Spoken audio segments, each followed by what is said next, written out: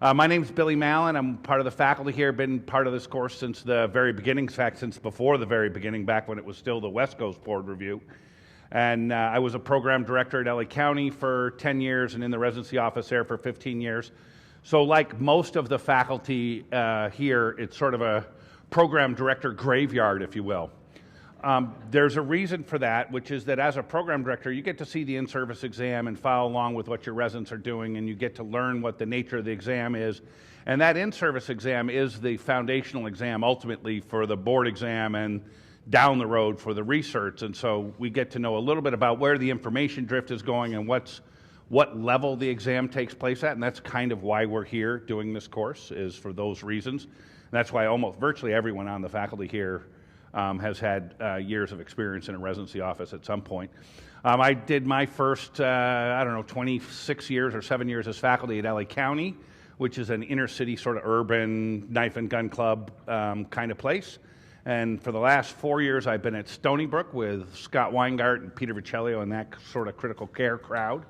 And we'll hope to bring it. One of the things I will say before I start, when we talk about, they like to ask this question, because a lot of you are here for sort of what kind of questions will be asked. We would not be talking about the proprietary American Board of Emergency Medicine questions, because as you know, you're forbidden from talking about that. We would be talking about the royal examining we like to ask questions about that. That's for people who've written exams for residents and things like that. We would not be sharing the exact questions from the American Board of Emergency Medicine under any conditions. Trauma, before I launch, trauma is the largest segment of the exam you face. It's about 13%. It's not all included in this lecture because some of it includes the ortho stuff, because usually when you break a bone, it's trauma. So some of it's in ortho.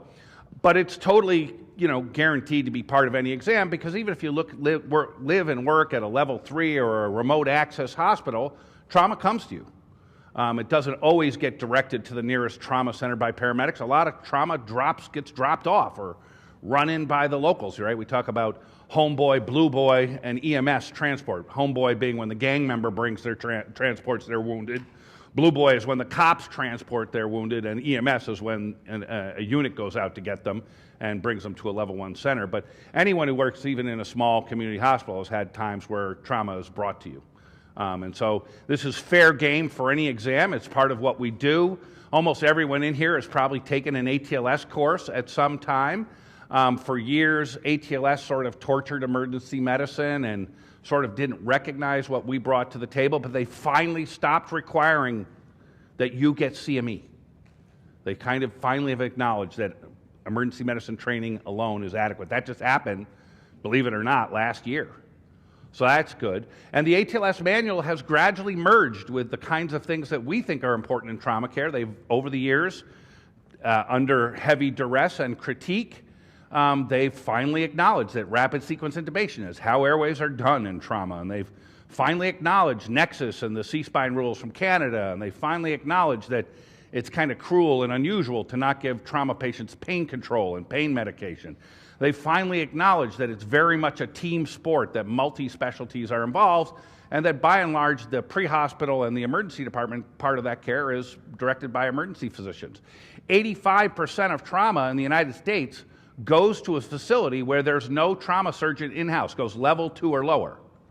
A level 2 facility means there's a trauma surgeon almost immediately available, but that means that you guys, emergency physicians, do the primary assessment and early on care. And so there'll be questions on that kind of stuff, and you'll be expected to sort of understand it. And with that as an intro, Ricky, I see you over there. With that as an intro, we'll get started. We've got a couple of sessions on trauma. The nice thing about trauma is the concepts are not that challenging, right? People always say trauma's kind of cookbook, right? If a bullet goes in here and comes out there, you don't have to be a rocket scientist to figure out what's between here and there. There's like the beating thing, there's the breathing things, and a couple of big pipes filled with blue or red, depending on the net or drawing, and those are sort of your primary concern. So a lot of trauma is like that. It's pretty straightforward. It's not difficult concepts, but there are questions about it, and we'll dig into it. So let's go. Trauma systems, 1973, the EMS Act of 1973, really important for our specialty. We didn't really exist yet. Few programs, LA County existed then, Cincinnati existed then, But 1973 gave the states not only the authority, but demanded that they put together trauma systems. Because after some wars, we'd kind of learned that if you really want to do good care, you got to bring these trauma patients, by and large, to the facilities that are ready to handle them. Probably everyone in here has found themselves at a small community hospital at some time with a subdural or an epidural and know just how terrifying it is to be faced with having to transfer that out as a higher level of care transfer and try and get it done in time so that the person, doesn't herniate. And so that's why under triage, sending a patient to a facility not ready for them is really what the system is supposed to avoid. And so the ATLS and Committee of Trauma and all the other experts in the field say we'd like under triage to be less than 5%. To get under triage to less than 5%, that means that a lot of people transported to trauma centers don't really need all those facilities. Yes, they're altered, but they were drunk. Yes, they had a head bonk, but the CAT scan is negative. At that point, what happens to those patients? Does the trauma service immediately admit them? Or do they leave them in the emergency room for you to figure out? You have to figure them out and sort them out. And so over triage, they're comfortable, they say, with it being 40 to 50%. No one really asked us if we were comfortable with it being 40 to 50%. But in some places, like down in New Orleans, they changed their trauma triage mechanisms to only physiology to get rid of the mechanism of injury stuff. Because it is mechanism of injury stuff that leads to the majority of the over triage. Level 1 and Level 2 have pretty similar stuff, but Level 1 requires the trauma surgeon to be in-house. Level 1 requires that there be a trauma registry, trauma research, community outreach, all really good and important things. But in terms of the outcomes of care, Level 1 and Level 2 are pretty similar because very few trauma patients go to the OR immediately. And of those that do go to the OR immediately, they're almost all penetrating trauma. And that only happens in certain urban areas in the United States. Trauma triage, as I said, physiology, anatomy, and mechanism of injury. The first part of trauma triage, which is low blood pressure, penetrating chest, penetrating head, that's the physical part. And then the other stuff, the mechanism of injuries are things like fall greater than 15 feet, passenger space intrusion, those types of things. And those are much less specific and are much poorer predictors of someone's need to be receiving operative care. Bump. All right, ATLS, we all know this thing. There's the primary survey, a resuscitation period, the secondary survey where you go more detail, then diagnostic tests. You can tell a trauma surgeon made that yellow square because they think we're sort of triage monkeys. And so the ultimate statement there is ultimate triage. And in fact, what it is often really is final triage, final treatment, final management, because a lot of trauma patients, because there's so much over triage, are left in the emergency department for us to finally manage, sober up, etc., and if they need admitted, get that done. But the questions about this, what kind of questions are written about the primary survey, are finding the emergent problems in airway, breathing, circulation. Remember that the ABCs of trauma are like Monopoly: do not pass go, do not collect $200. So if the A is not available, you don't move on to B. You have to fix A. Doesn't mean you necessarily need to intubate them, but if their airway's not open, then you need to do a jaw thrust or suction the blood out or do some temporizing measure that allows A to be patent. And so when they ask what should be done next, it's really straight up primary survey kind of stuff. What is the most important thing to do now? It's an A, B, C, D, E, do not pass go, do not collect $200 kind of question. This list here is a classic list of things that you might find in trauma patients that are pretty survivable if they're dealt with promptly. So let's go through the primary survey. Airway, C-spine control. They say intubate if the GCS is less than or equal to 8. If you need the GCS to tell you to intubate, probably should go back to residency. It's not really a good way to do it, right? The GCS is a terrible score. We're asked to get it all the time and to know it. But the GCS is really, right, what was the GCS formed for in Glasgow? To tell you the long-term outcome of head-injured patients. In the emergency room, we're unconcerned with the long-term outcomes. We want to know whether we need to do stuff now. And so the GCS really has some problems with it. This table here, Exhibit A, has a GCS of 3. It does. I could go through the survey. It's got a GCS of 3. So at the low end, the GCS score is unable to differentiate animate and inanimate objects. Now let's talk about the high end. How many of you have seen someone really badly injured with an epidural, with midline shift, with a GCS of 13, 14, or even 15? Probably everyone in here has seen one of those. So at the high end, the GCS is useless to you. Doesn't tell you who needs imaged, doesn't tell you who needs intermediate intervention. So then they retreat to this intellectual bankruptcy, which is telling you, well, at GCS less than 8 tells you to intubate, for which I would say there will be so many other good reasons to intubate if their GCS is less than 8. If you're going to take the airway, it's rapid sequence intubation with C-spine stabilization. Inline stabilization is not the same thing as inline traction. Inline traction, if you see it listed there, is wrong. You're not supposed to pull on the neck. You're supposed to stabilize it while you intubate.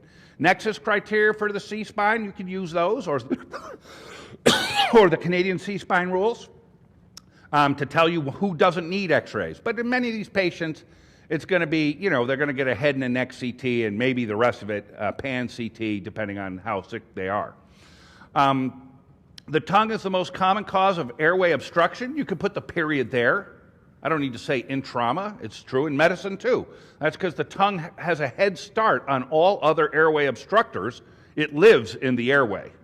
And so the most common reason that the tongue obstructs the airway is you lack the motor tone. You're in shock, so you don't hold your tongue where it's supposed to be, so it falls back and obstructs the airway.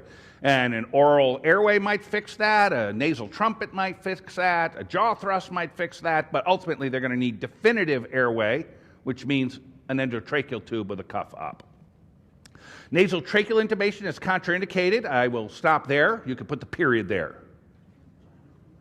Now, I know that Rick always asks how many people here are doing this exam for the 4th time, so I know there's a few of you and a bunch for the 3rd time and a lot for the 2nd time. But if you're a 3rd or a 4th timer, you might have learned how to do nasal tracheal intubation. I certainly learned when I was a resident. But residents today never do it and don't learn it. If this makes you feel good with your gray hair or no hair out there in the audience, nasal tracheal intubation is a procedure largely of historical significance.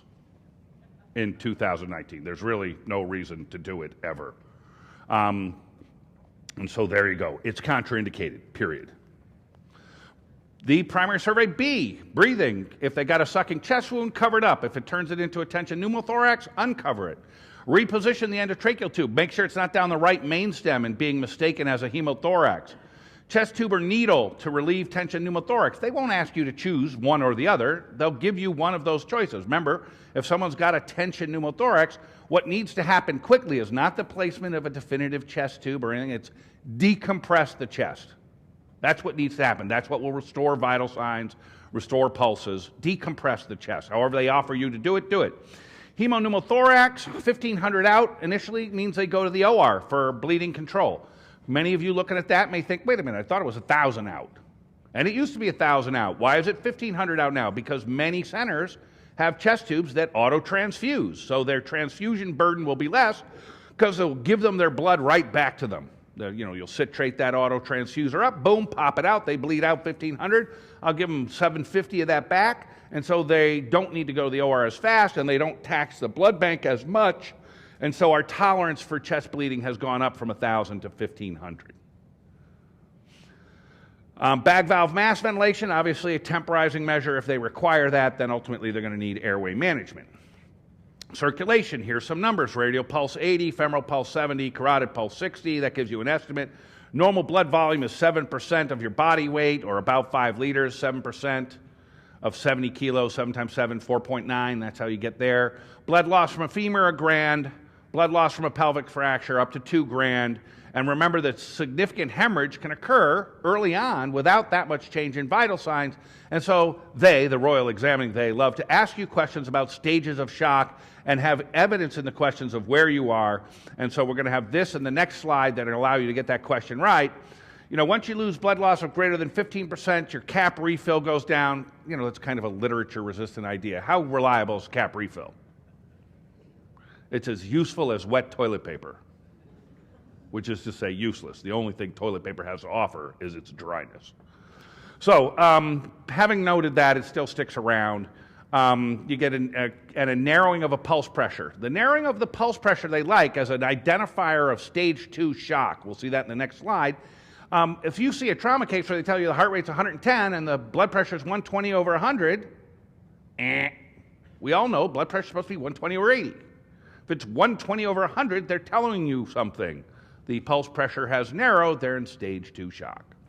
You can give them O negative, you want to pay attention to RH in women, and there you go.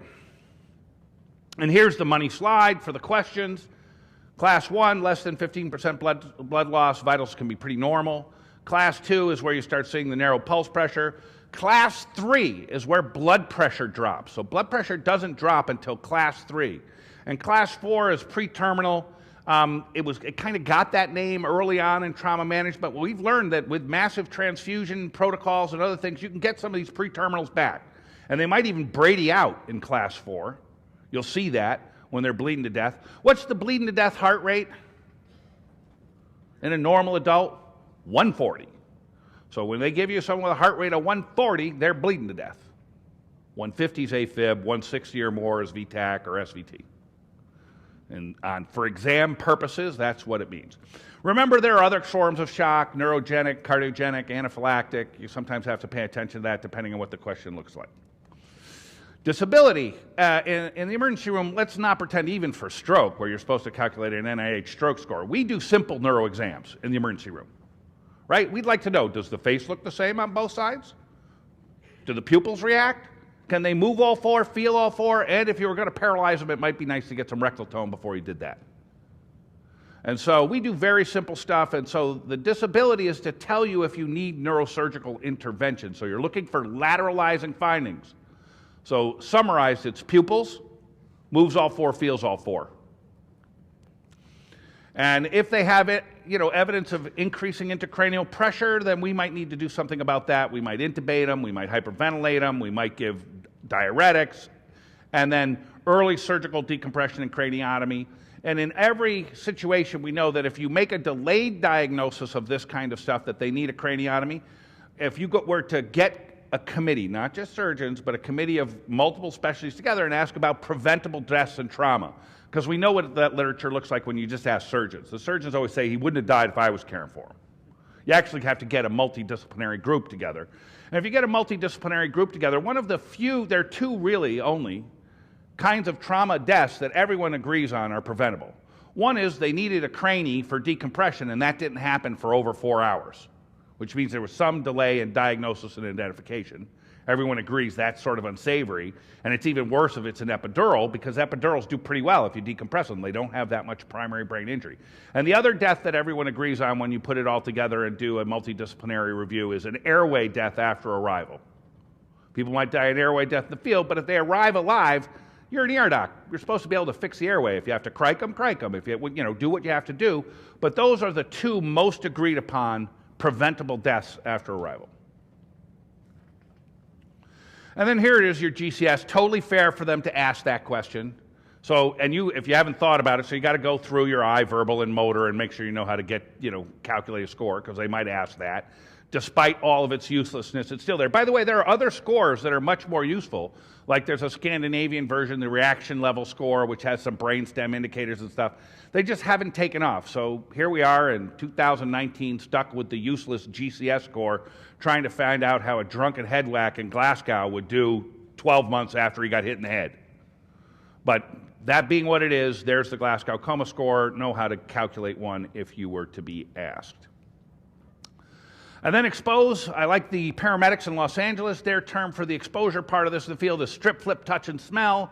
So you want to strip them so you can find other injuries. They love giving you a blunt trauma, and then later on you find out they were shot in the armpit. So you got to find the other injuries. That's about exposure, stripping them. Flip them, make sure you look at the backside and for step-offs of their spine. Touch them, make sure they're not hypothermic or hyperthermic. Smell them. Usually what you're smelling for is the smell of barf and alcohol, indicating that they might be intoxicated. But you might smell other things, like maybe they got soaked with gasoline in the incident and you should be cleaning their skin off and decontaminating them. Or maybe they smell like a pesticide or some shit like that. And so, yes, strip, flip, touch, and smell. And then you do the secondary survey after that, which is the head to toe. A lot of people like to put A, B, C, D, E, F, where F stands for fast exam, the ultrasound, looking for it. And that's fine with me if you want to do it that way. I actually like A, B, C, U, D, E. I like to put the ultrasound at circulation because that's what I'm looking for. When I do an ultrasound on a fast exam, I'm looking for free fluid in the belly. I'm looking for exsanguination, so it's a part of the circulation exam. And part of the reason I like it early on is I've seen people with a positive fast who you rolled them to do their backside as part of E, rolled them back, and the fast exam was now negative because you dumped Morrison's pouch out while you rolled them. So I like to do the ultrasound before rolling them myself. Secondary survey, head to toe, compulsive, IPPA it. IPPA it. What does IPPA mean? It means inspect, percuss, palpate, and auscultate. That's how you do a physical exam. If they ask, what would you do? How would you examine that? You would inspect it, percuss it, palpate it, and auscultate it.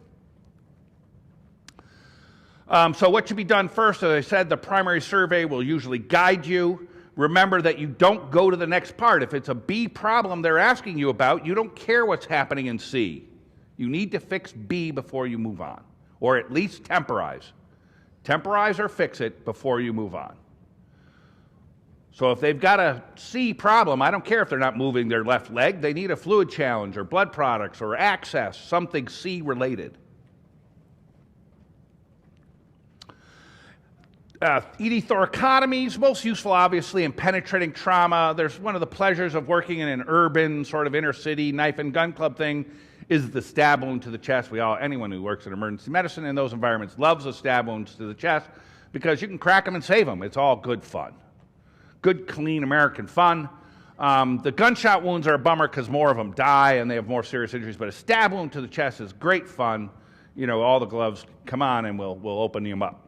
Absolute indications are penetrating trauma with signs of life in the ED or during their transport in, and cardiac activity, meaning that what they're saying there, unstated there, is you put an ultrasound probe on the chest, and yes, they don't have vital signs, but heartbeat beating hard, just not making blood pressure.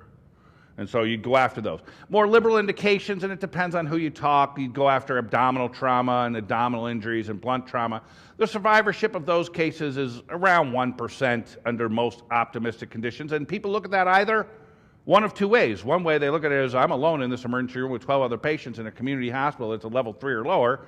And what I need on this patient with abdominal trauma who's basically dead is Latin. Emini, it's over. I'm calling the code. But if you're in a setting with residents and all kinds of resources to throw at it, you might crack that chest and go after it, and 1 in 100 might live. Pediatric trauma, we like to talk about pediatric trauma, most common cause of pediatric death after a year. Why is it after a year? Because before a year, it's all the respiratory shit, right? Once they get to be a year, they always say from age 1 to 45, trauma the leading cause of death.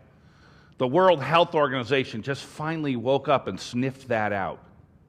And the World Health Organization is finally supporting basic emergency care and residency development around the world. After decades of focusing on AIDS, TB, malaria, they finally realized that the #1 cause of disability-adjusted life years around the world is trauma. Trauma causes more disability-adjusted life years than HIV, malaria, and TB combined. So finally, the WHO, which had no emergency medicine representation for decades, was kind of found last year going, what is that smell? Here's a cup of coffee. Let us tell you what's happening out there. And so now they have woken up and are focusing on basic emergency care around the world. And it's important. Yes, they're very interested, WHO, very interested in deaths under the age of 5, right? That's an important indicator. And when they finally looked at it, they realized, trauma's a big piece of that too. All right, so trauma, 50% of all peds deaths. It's predominantly head trauma in kids. If I had a little 2-year-old or 3-year-old right here, and I swung them around like a discus and threw them out there, how would they land? On their head. They're like lawn darts, right? Doesn't matter how you let go of them. Eventually the head, the heaviest part, leads the way in. And so they have head injuries a lot. And they have bad pressure volume curves and bad injury patterns. When you go to fall to the ground, a normal person sees the ground rushing up towards their face. Maybe you had a little too much to drink. Let's just propose. You slipped, you had a little too much to drink, and the ground was rushing towards your face. What would you do? Would you break the fall with your face? No, you go collies. You get a Colles fracture. because that seemed better in the milliseconds you had to decide as the ground was rushing towards your face. You would get a Colles fracture, and you go, whew, you go, damn, that hurt, and you go get that fixed. But if you're intoxicated or other things, you get a lot of head trauma because you don't, you're drunk, you're on the ground, boom, then you break the fall with your face. And that's why alcoholics get so many head injuries, one of the reasons. We'll talk about other reasons why they get so many head injuries shortly. Now, in kids, they have bigger occipits. They're smaller than adults. They get smaller endotracheal tubes. They get smaller chest tubes. There's all kinds of formulas that are totally fair game for an exam to ask you about this. The pediatricians like to make a fuss out of their differences in physiology, and there are some little differences in physiology. And they will offer up that these children are not just small adults when everyone in here knows, of course they're false. They're fucking small adults. I mean, how many of them grow up to be hippopotamuses? Is there any kids that are giraffes? And I know there's some PGM people here, but let's just face the facts. They're small adults. That's why they get smaller airways and smaller tubes and smaller volumes. And yes, there are some subtle differences here and there in pathology, but by and large, they're just smaller adults. And in terms of my hypothesis that they're small adults, what are there, 8 billion people on the planet, 7 billion? I got 7 billion pieces of evidence that they're small adults. You just have to bring me one kid that grew up into like a badger, and I'll entertain it, that they're not small adults. But last I checked, they're small adults. In the airway, there are some things about it that are different. They do have a bigger occiput, so that flexes them a little bit and causes increased airway problems. They can be obligate nose breathers. Everyone in here knows this during booger season, right? You have this kid come into your emergency room, looks terrible, almost hypoxic. You suck some giant animals out of their nose, and they're looking great. I'm ready to go home. Because they're obligate nose breathers, so you got to clear their noses. They have bigger tongue sizes relative to their mouth, and they have an anterior larynx, and their cricothyroid membrane is too small to cric.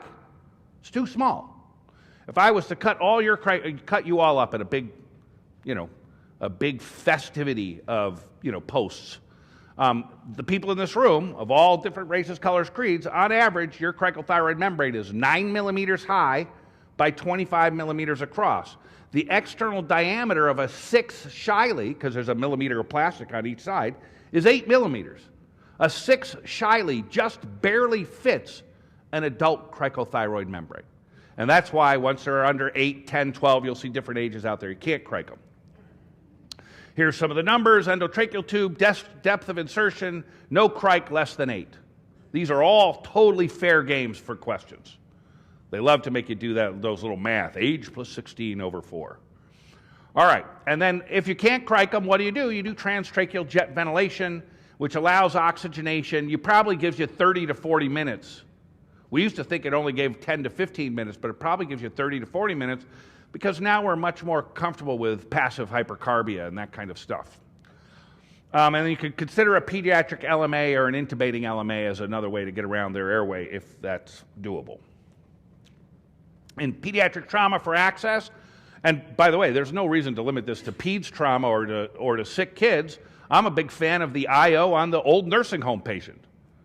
Why would I have the residents put a subclavian line in, give this old lady a pneumothorax, mess with all that when they could have just put an IO in her? Nowadays, someone comes in and needs access, the central line, is dying a slow and ignominious death. Here they come. They pull in right before you. Just like NASCAR. They got 4 lines. Short pit stop. They could be out racing around again.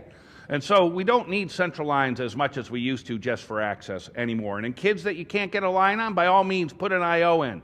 And you should know the places, the anterior tibial ridge right off that, or the medial malleolus, or the femur. Those are all appropriate places. Don't put them in the broken limb. That's not a good idea. There are some complications, but they're rare. And almost any medicine you can think of that you would give through any other line, you can give through an IO line, with the possible exception of things like adenosine, where they're metabolized so fast that, if you use an IO, the little bit of delay might decrease its utility. So by all means, yes, vascular access in kids do an IO line. They ask questions about this. And I would broaden the IO indications all the way well into your adult patients when you need to. I mean, the last refuge of the central line is you need to float a pacer, or might need to float a pacer, or you need pressors that your hospital won't let you give through a peripheral line. Those are sort of the last bastions of the central line. Otherwise, the central line is going the way of the dinosaurs and the nasotracheal intubation. All right, pediatric fluid resuscitation, normal blood volume is higher now, right? Life is the process of going from a grape to a raisin. When you're born, you're a grape. When you die at 90, if you're lucky, you're a raisin. And so they're 8 to 10% as opposed to the average number for adults, 7%. Initial fluid challenges are 20 mil per kg of crystalloid. These haven't changed with the new ATLS. Hypovolemic shock, you could do it twice, and if they need blood, it's 10 per kilo. Avoid hypothermia, and remember that in kids, livers and spleens are often conservatively managed and don't go to the OR. What have we learned about these small adults? That the same is true in adults. Livers and spleens will be conservatively managed because kids are just small adults and adults are just big kids. The other way to look at it is kids are small adults without addiction yet. Let's talk about broken necks and trauma. If you're an average adult, someone in this room, and you had a bad car accident or a bad fall or something, you got a broken neck, where would it be? If I was just going to take all comers, it would be C4-5. And if I was to now go from this group and say, let's drop down to kids under 10 who have a broken neck, where would it be? C1-2. Almost all of the broken necks in small kids are in the high speed. And if I said that in the first group, the average trauma overall, the rate of broken necks is about 2%. If I go down to the kids, do they have more broken necks or less? Less, because they have a hypermobile, flexible spine. They barely have any bony rigidity there. Some people would say that it's well under 1%, maybe as low as 0.2%. So a tenth of the rate of fractures in kids as there are in the average adult. And they're all in the high C-spine. Now we go from this group, we go the other way in age. We go up to the 80-year-old who falls at home or in the nursing home. Where are the broken necks? They're all C1 and C2 again. So at both extremes of age, the broken necks are C1 and C2 predominantly. In kids, the rate is lower, maybe a tenth the rate, the average rate of 2%. In the elderly adults, the rate is higher, maybe 4%. Old people, what do they do when they feel lousy? They wake up in the middle of the night. They got lots of diseases. They got, they got cardiac disease, diabetes, all this shit. They wake up, they're sitting in a bed covered with pillows with a loved one next to them if they're lucky, and they're feeling bad. What do? They get up without their glasses, in stocking feet, and they pad down the hallway into the death chamber of their house, also known as the bathroom, covered with hard porcelain, aluminum towel racks, and all kinds of unforgiving surfaces where they will then fall to ground. And when they do, they're going to have a C1 or a C2 fracture. Okay. Back to peds. You get chest injury in peds. Your ribs, they just haven't ossified enough, so the forces are transmitted much, much better. So they get pulmonary contusions, cardiac contusions. Oftentimes in pediatric trauma, particularly auto versus ped, kid runs into the street, there are going to be questions about their pulmonary contusions and their cardiac contusions, particularly their pulmonary contusions. Because kids often can have those injuries without having rib fractures. And in kids who have rib fractures that are like 5, 6, you should think this kid was pretty seriously injured because they don't break their ribs often. They flex. There was a paper done, 10 years ago that said that in kids with 2 or more broken ribs, 25-fold increase in mortality. So in an adult, we think of 1 or 2 rib fractures as being not that big a deal. If you see kids with a couple of rib fractures, it's a big deal. Sternum fractures in kid are rare as well. Then we have down the bottom here, burns are a common cause of death, less than 5, but it's mostly because the kid couldn't get out of the house. And a lot of them are smoke inhalation, right? You picture a kid, 18 months old or 14 months old in a crib in a house fire. People, sometimes, and that's why parents sometimes you see them running back into the house because they want to try and save their kids. But it's the kid who couldn't get out. Child abuse. There will be questions about child abuse because you don't want to miss it. And when you do miss it, the outcome for those children is alarmingly bad. So missed child abuse has something like a 30 or 40% mortality in the next year and a half or 2 years. So the next time they come in, they'll be dead. And you're protected by the child abuse reporting laws. All you have to do is report in good faith. It doesn't mean that you're going to be right 100% of the time.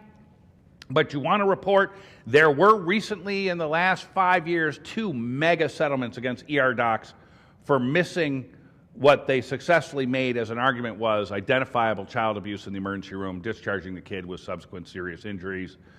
Those were both in the tens of millions of dollars settlements. So missing child abuse has not only been something we talk about for the importance of protecting the kid, but it also has recently become an ugly medical legal reality. The abuser, who is the abuser? Basically, it's the drunk, unemployed dude at the house, whether that's the father or someone else. It could be the uncle, but that's basically what the epi is, the drunk, unemployed dude. And if you see burns, obviously burns are very worrisome, contact immersion, stocking gloves, cigarette burns. And then contusions where they don't belong, buttocks, genitalia, neck, face, low back, low back from grabbing a kid down low around their pelvis and shaking them. There was a very good paper done, and I love, as an academic, I live in the world, I got to write papers, publish all that stuff, treat residents, get them on the pay, all that stuff. But when you see one of the highest academic compliments there is academic envy. When someone does a study that was so stupid and so easy and so clinically important that you're like, shit, why the fuck didn't I think of that? And here was the study they did. They just took kids who came into the emergency room and they assigned like a medical student or resident, count the bruises on that kid. Look them over, get them naked, count bruises. And they found that kids who aren't ambulatory average 0 or 1 bruise. Kids who are ambulatory start having, when they start cruising, you know what cruising is, right? When the kid can't really walk yet, but they got the bow legs or the sort of wobbly thing, and they kind of come over, they lean on the hassock. And they're looking, where are they looking? They're looking over there because they want to eat what's in mom's purse. Is there some sustained release calcium channel blocker in there? Then they look down in the corner and they see some cat crap, a ball of hair, and some rat poison. And they're thinking to themselves, after I eat the sustained release calcium channel blocker, I'm going to go get me some rat poison. They're going to eat all that because when you're that age, everything in your life is experienced orally. Some of us never got over that. Anyway, there you go. But anyway, the cruising kids had bruises, usually on their forehead, on their elbows, their knees, their chins. And so if you see a kid that's not up, not cruising, and they got more than a bruise, more than 1 bruise, that's important. If they don't cruise, they don't bruise. That was the title of that paper. Genius. Stupid, easy paper. And clinically important. Super easy to figure out. Here's a kid obviously dunked in scalding hot water with partial thickness burns all the way up the leg and perineum. Obvious signs of potential child abuse. Oh, I didn't know it was that hot. Yeah, right. Here's someone who said, I want to introduce you to the electrical cord. Let me introduce you. This electrical cord goes to that lamp. Whap, whap. So these are sort of patterned injuries, and you might look for belt buckles. These are pretty clearly, I'm almost certain those are a loop of electric cord used that way. So child abuse, suspicious fractures, anything under a year, posterior rib fracture, skull, spine, sternum. Any nonlinear skull fracture is suspicious for child abuse because when they do fall and crack their heads, it's usually a linear frontal or a linear occipital fracture. They don't get parietal skull fractures. Long bone, metaphyseal fractures, we'll look at some of those. And then head injuries, subdural, cerebellar, and cerebral injuries, subarachnoid hemorrhage, shaken baby syndrome with the retinal hemorrhages. So there was a study done, I love this study, they dropped 104 kids from a height of about 4 feet onto tile floors. You might be thinking, what IRB approved this? No, they were all falls in hospital during care. They were kids on, in the chemo service or on the inpatient ped service who were getting procedures or stuff done who fell off an exam table, whacked their head. All those kids got scanned. All those kids got retinal exams. 104 of them dropped from a height of around 3.5, 4 feet onto hard tile floors, made the bowling ball noise, bonk, bonk. Not one of those kids had retinal hemorrhages, and only one of them had a linear skull fracture. So when they tell you that the kid fell out of the bunk bed and now he's in a coma with multiple fractures and retinal hemorrhages, it's not how it happened. We know because we dropped 104 kids, we checked it out. It's not how it works. So here's a kid, pudgy legs, barely ambulatory. Why does he have a midshaft femur fracture? What was it? He was a free safety, blitzing on the outside, cut down? No. He's got a femur fracture. That's got to raise your eyebrows. How did that happen? Here's a metaphyseal, that's called the 3 arrows are on a bucket handle fracture where there's a lift up. That's a grinding, yanking, pulling injury. And you see another one with the 2 arrows. And then if you look at the femur on the opposite side of the arrows, look at that corner of the femur. That's a little fluffy. That's a metaphyseal corner fracture. That should be circled on this slide as well. That femur's got a very important finding. That's a metaphyseal corner fracture, almost pathognomonic for child abuse. And you can see these are subtle. So you don't want to miss these, because if you see them, they ought to get the full babygram and the child abuse and the social worker and the DCS and whatever the triggers are at your hospital that they go through. When they get that, those are indicators for them. Now we go to old people trauma. Motor vehicle accident, leading cause of unintentional injury, and those over 75. Why is that? Who wants to make sure that old people can still crash their cars? The AARP.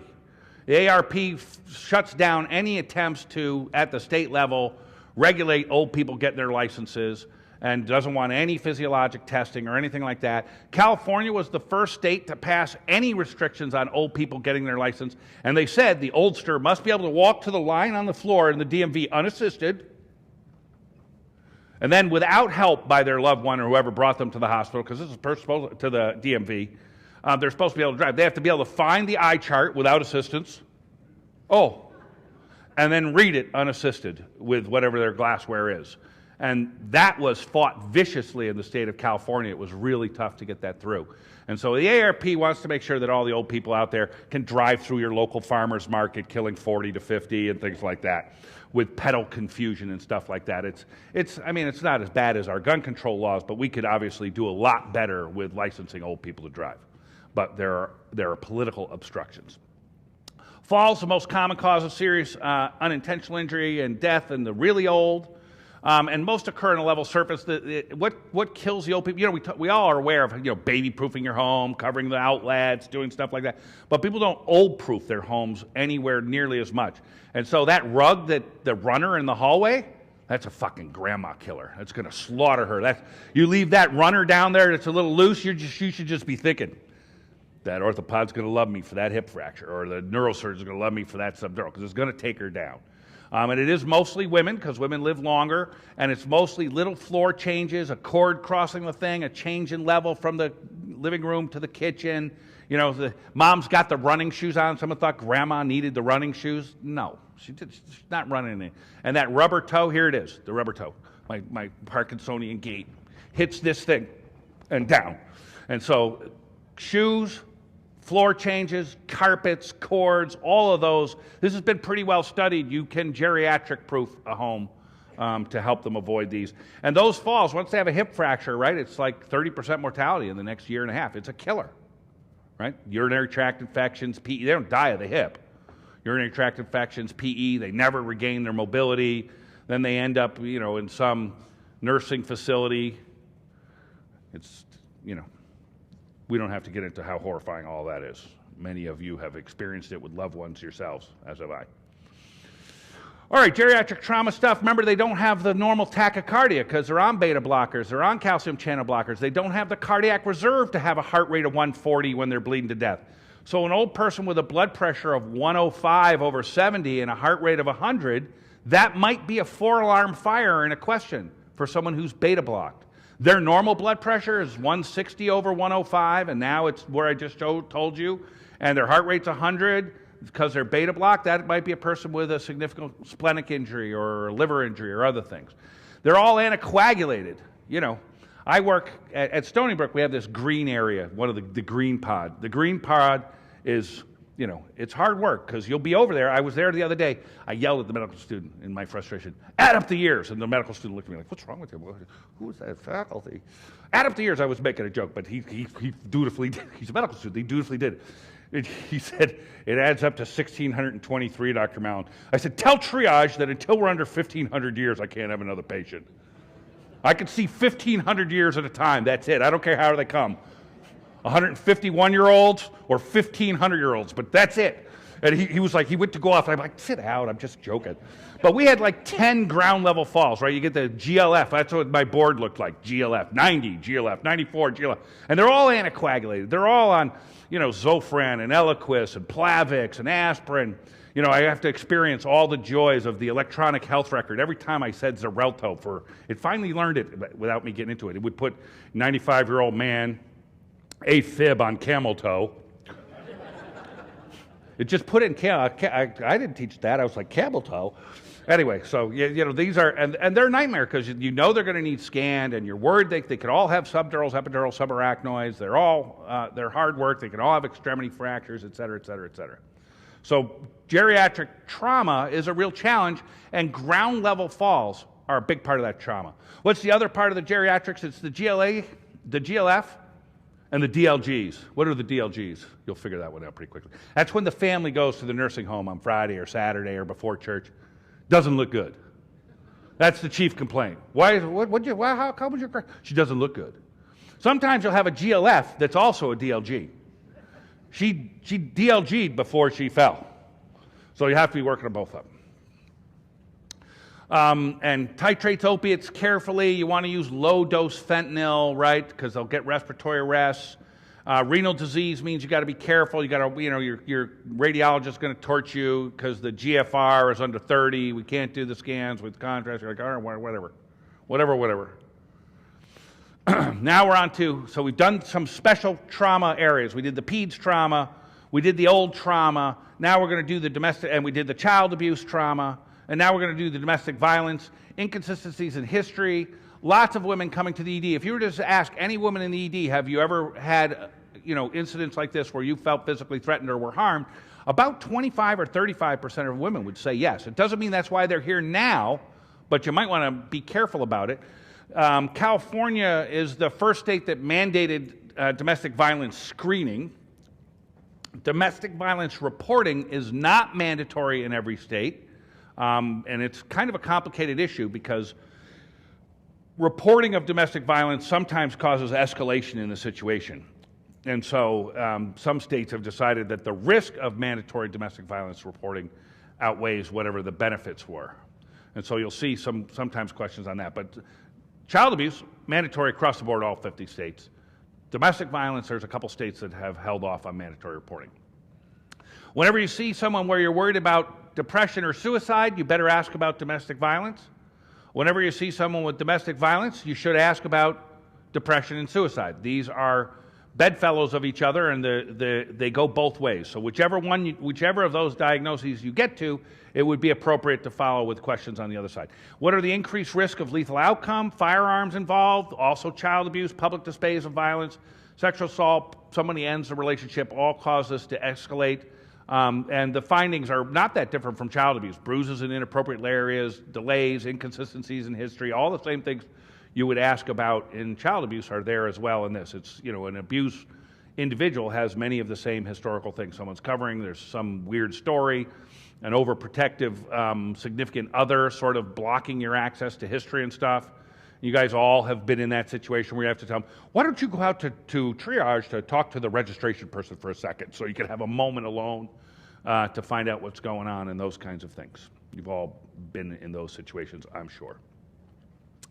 What are common elements in victims of DV? Pregnancy increases the risk. We'll talk about pregnancy and trauma next. Head, neck, abdomen, thorax, again, not bony prominences where normal trauma occurs. Mechanism doesn't match, different stages, delay, fingernail scratches, cigarette burns, all, again, very similar to child abuse. Multiple medical visits, vague complaints, depression, and suicidality should be on that page as well. Pregnancy and trauma, sort of the last group. Motor vehicle accidents, falls, and assaults. When you have a gravid uterus rising out of the pelvis, when does it rise out of the pelvis? At around 12, 13 weeks, it begins to rise out of the pelvis. By 20 weeks, it's at the umbilicus. And after that, it's about a finger breadth above the umbilicus per week until you get to around 36. And so, but as the uterus rises out of the pelvis, there's not much room up there. Everything gets pushed around, and so things don't have the mobility that you'd like in the intra-abdominal cavity because the gravid uterus is occupying more and more space. In penetrating trauma, because the gravid uterus has become the biggest organ, in a non-pregnant person, the most common injured organ in penetrating trauma is the biggest organ in there, the liver. Now the uterus is the biggest organ in there, so it's going to be the uterus. The uterus is a high-volume, low-pressure circulatory system. And so when a mom gets shot or stabbed in the uterus, the maternal mortality is low because of the low pressure, but the fetal mortality is high. It almost as if the uterine pregnancy is a shield for the mother. Obviously, the mother has no intent for that to be the case, but that's the physiologic effect of the large gravid uterus taking the bullet or taking the knife wound as the pregnancy progresses. What are signs of fetal demise? Loss of movement, absent heart tones, extended extremities. Remember, if they give you a pregnant woman and the fetal heart tones are 100, what is that? That's fetal shock, right? Normal heart rate for a kid's 140. And so, that's a 4-alarm fire. Get ready to deliver, get OB, get everyone, resuscitate the mother. Remember that maternal resuscitation is the priority in all of those cases. And so stabilize mom and adequately get the kid perfused via the placental unit. Uterine rupture happens late. It mostly happens in women who have a previously healed uterine scar, so prior C-section. It can happen in non-trauma settings with VBAC patients, virginal birth after cesarean. It can rupture late. Presentation non-specific, but they'll have uterine cramping and abnormal contour with very palpable small parts. And the triad is shock, abdominal pain, and fetal demise. And you're almost never able to rescue that kid. Now, of all the things that we talk about in pregnancy and trauma, the one that is the biggest darling of examiners everywhere is abruptio placenta. And there are a variety of reasons for that. One, it's kind of sneaky. Two, it's really important. And three, Judy Tintinelli, the grand dame of emergency medicine, who wrote the Tintinelli Review book and one of our initial textbooks, did some of her initial important research in this area. If you don't think this is going to be on the exam, you're crazy. It's going to be. So, leading cause of fetal death and leading cause of maternal death. Remember that if you have a significant abruption, the woman will get DIC, so you should be looking for DIC parameters. Minor falls, airbag deployment, all minor trauma things. Just bumping into a counter cabinet at home in a third trimester, well known to cause. Minor motor vehicle accident with airbag deployment, the impact of the airbag, well described cause of abruptio placenta. They get abdominal pain and uterine tetany. You're going to check a Klein or Betke, even though it's mostly useless, but they love it on the exam. And you should know it for the exam because it's hyphenated and it sounds like it was discovered in Germany somewhere. And they know it sounds unfamiliar to you, so they ask it. And they should get RhoGAM if they're Rh negative, full dose RhoGAM. And you should look for fetal distress, and there's the DIC as the complication, which means you should do things like fibrinogens and split products and shit like that. Tocodynamometry is what's indicated, and here's where Judy Tintinelli did some of her early work on the topic, and you see the middle of the slide at the second bullet. If someone has blunt abdominal trauma, third trimester, they have a little bit of abdominal pain, and you're concerned for abruption, you should put fetal tocodynamometry on there where you're looking for uterine contractions and fetal heart rate and its variability. And so, if they have greater than 8 contractions in the first 4 hours, 8 contractions per hour for the first 4 hours, that means they need to extend their monitoring and you should get ready to deliver them and OB should be on board. There's an abruption. That's a lot of contractions. They have 3 to 7 contractions per hour for 4 hours. That means they get admitted to OB for ongoing monitoring. And we don't know which way it's going to go. It's a toss-up. And if they have less than 3 contractions per hour for 4 hours, they can be discharged and managed as an outpatient with really important sort of return precautions. Increasing pain, increasing, any abnormal symptoms at that point means come back. All right, now we talk about head trauma. Accounts for half of all trauma deaths. We said it's more in peds. Males age 15 to 30, motor vehicle accidents, assaults, falls, bicycle accidents, right? I always like asking medical students why are alcoholics at super high risk for head trauma and subdural hematomas. And I like asking that to medical students because there's a lot of right answers, and they get them, almost all of them, except for the real-life ones. So they raise their hands like Arnold Horseshack, ooh, ooh, ooh, like the sweat hogs, and I can make that reference to you guys. You guys remember that. None of them know what I'm talking about if I tell them they're like sweat hogs. But anyway, so they raise their hands, and they go, ooh, ooh, and I ask them, and they know all the stuff that you've forgotten that they all know because they're factors 2, 7, 9, and 10 to decrease, cause coagulopathy. Yes, you're right. And then they say, cerebral atrophy was stretching of the bridging veins, higher potential for, so you're right. And while they're intoxicated, they have cerebellar ataxia, they're more likely to fall and hit their, you're right. And I go through that, and then I tell them after they've answered like 7 things all correctly that they haven't discovered the main reason for why drunks, and particularly drunk men, are at increased risk for head trauma and subdurals. And then they look at me like, well, we can't think of another. And then I have to explain to them, because they have behavior that makes other people want to hit them in the head. And they look around like, is that okay to say things like that? Yes, that's real life. All right. The Cushing reflex, you've all seen it with the hypertension and the bradycardia, right? They got a blood pressure 250, heart rate of 60. It's mediated by the carotid baroreceptors that causes the bradycardia. It is a late and unreliable finding of increased intracranial pressures. Don't wait for it, right? It's a late and unreliable. Scalp lacerations, remember they can bleed to death. I've seen people almost bleed to death from a scalp laceration. Before they go off to the pan scan and the tunnel of death, it'd be good if you could stop the scalp bleeding so they don't come back with a blood-soaked mattress, hypotensive, and tacking at 140 from their scalp wounds. So put a couple staples in there, tie off some bleeders if you need to quickly before they go over to their tunnel of death pan scan imaging. CT still the imaging modality of choice. There's the only time that MRI becomes the modality of choice in trauma is when you're looking for spinal cord injuries or further details. CT is still the primary modality across the board. Who doesn't need a head CT? Someone who's totally normal, GCS 15. Remember Nexus head trauma rules tried to look at this, and they weren't very good. They weren't better than your clinical gestalt. We had a bunch of other people try to do it. There's no good rule that comes up. But generally speaking, you know, if you're worried about it, because we know that you can be GCS 15 and have a significant head injury, if the mechanism is suspicious or anything bothers you, go ahead and scan them.